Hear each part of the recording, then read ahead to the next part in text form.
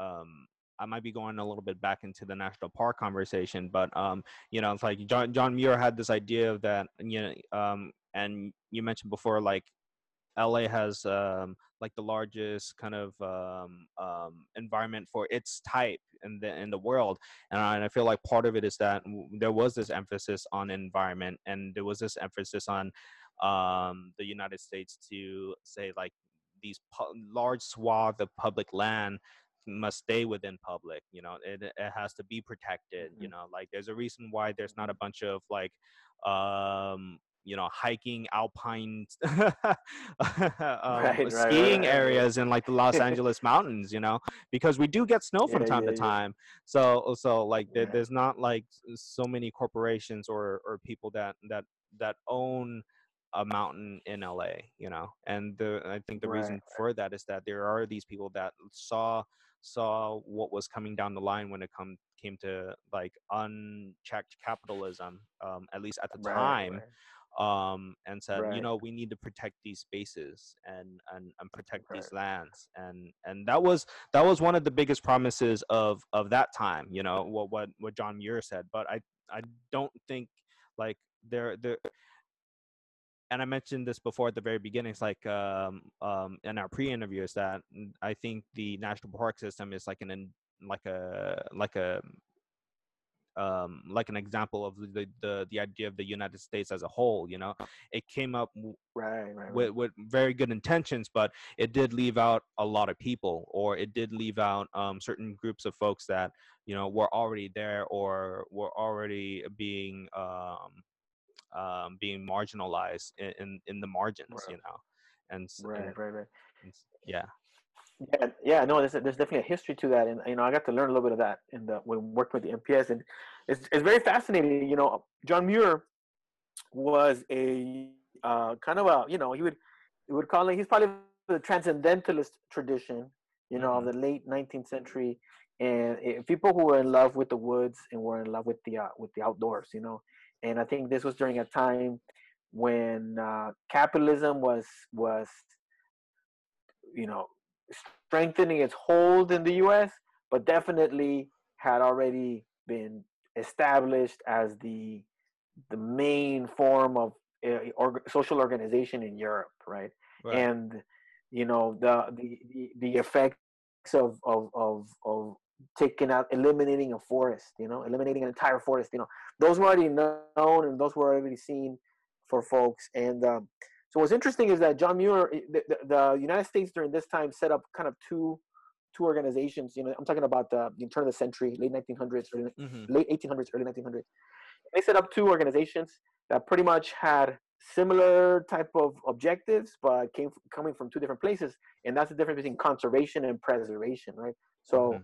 the Forest Service was created, and the Forest Service, its objective is to conserve the environment, right? We need to cut down trees, we need to mine, stuff, but extract resources, but we're gonna do it in a way where we conserve the resources. We're not going to do it all at once. We're going to think about the future and etc. And John Muir was on the other was a little more extreme up to that, right? Was saying no, no, no. We need to leave these places alone. There's value in wilderness, and there's value in, and that these natural wonders, which are like incredible and beautiful, should belong to everybody, the nation, right?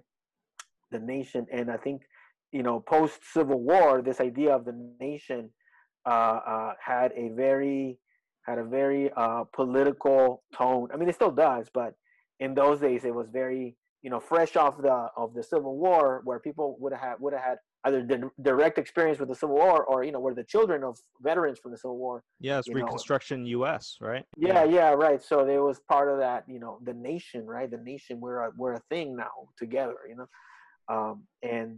and so there's definitely a political tinge to it, but it's also part of it, in relation to the experience of Native people. It excluded them, right? Because Hmm. the nation, again, part of the colonial project is to eliminate whatever happened before. So Native people couldn't be part of the nation because they represented the legitimate owners of the land before we got here, right before the nation was established. Right. So that they were kind of problematic folks, for the national consciousness. So he did exclude them, And then it's also this idea of wilderness is problematic. One interesting thing about native cultures is that they practice something that's called what we call now permaculture. Permaculture is a way of so there's agriculture, which is kind of raising crops to eat, right? There's aquaculture, which is growing fishing, and then there's this thing called permaculture, right?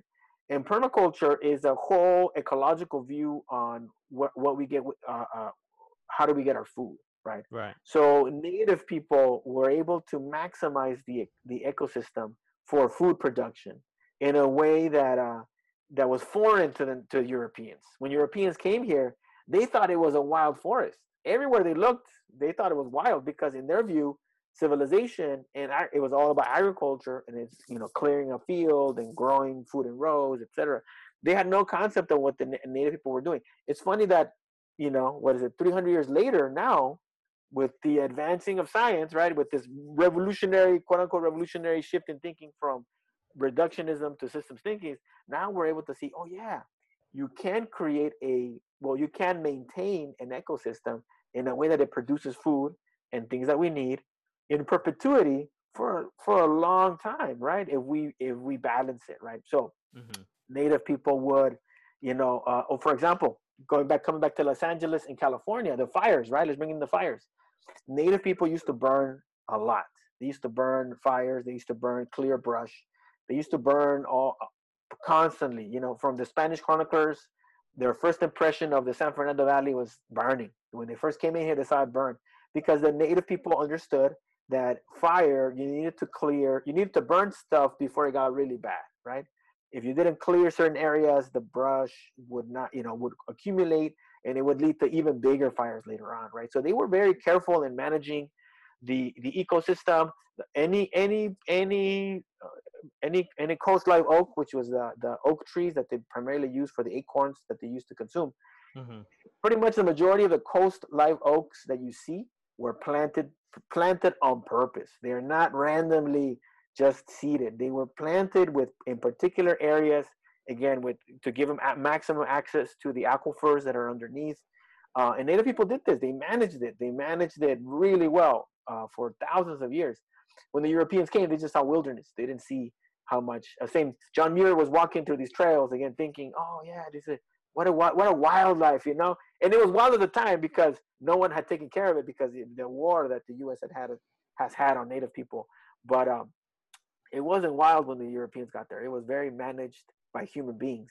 But Mm-hmm. the orientation of managing it was different. They didn't try to cage in nature. They didn't try to box in nature. They allowed nature to exist, to be, and they just managed the different components of it. So the predators got too much, the native people would kill off the predators to maintain a balance. The deers got too much, boom, the deers, they would feast on deers for a bit. In the same way that what we would call a keystone species, right? The Mm-hmm. idea of a keystone species, the species with which if you take it out of an ecosystem, it all collapses, and it's usually a predator of some kind. And this keystone species kind of maintains the balance in populations of different organisms in an ecosystem. And human beings and native people function as kind of like the mega keystone species, right? Mm-hmm. Um, and what happened with wolves in Yosemite National Park, right?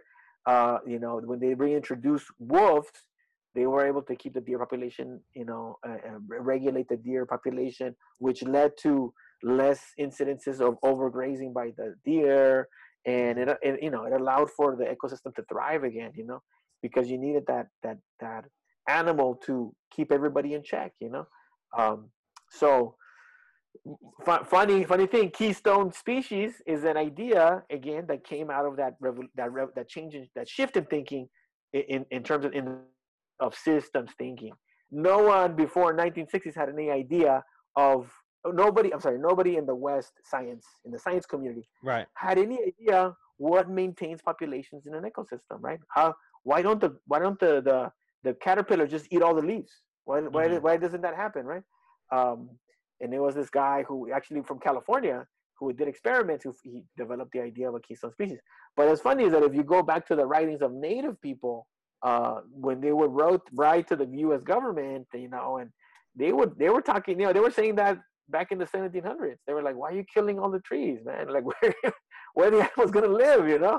Why you shooting for the buffalo, man? Like that's what are you doing these things for? It didn't make sense to native people, and I think because they were scientific in a way that Europeans were not in those days.